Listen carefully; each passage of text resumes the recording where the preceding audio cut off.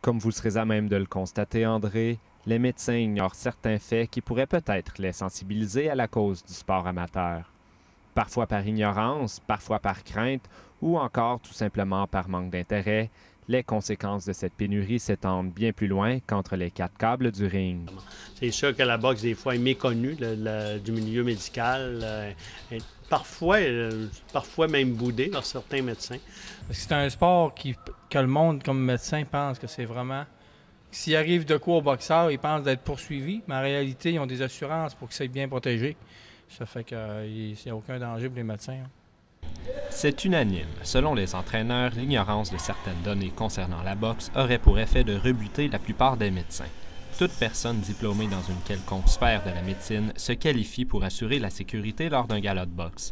C'est un choix personnel, souvent guidé par ses convictions et ses valeurs. Les galas de boxe sont très importants pour les clubs, car en plus de servir de tribune pour les jeunes qui veulent démontrer leur savoir-faire, ils sont aussi un moyen de financement très important pour les clubs qui veulent se payer de l'équipement ainsi que des infrastructures, comme ce ring qui vaut plus de 10 000 $. Sans médecin, pas de gala. Et sans gala, pas de motivation. Donc, un médecin qui accepterait de coopérer, c'est ce qu'on pourrait appeler donner au suivant. En plus, ces jeunes-là, ils s'entraînent pendant X semaines, des mois, puis ils vont dire pourquoi je le fais là, tantôt. Peut-être aussi qu'ils vont délaisser le gymnase, ils vont retourner dans la rue, ils vont faire d'autres choses. On sait d'ailleurs qu'il y a une pénurie de médecins dans les hôpitaux. Ça fait que c'est sûr qu'ils ont moins le temps de venir dans les galas.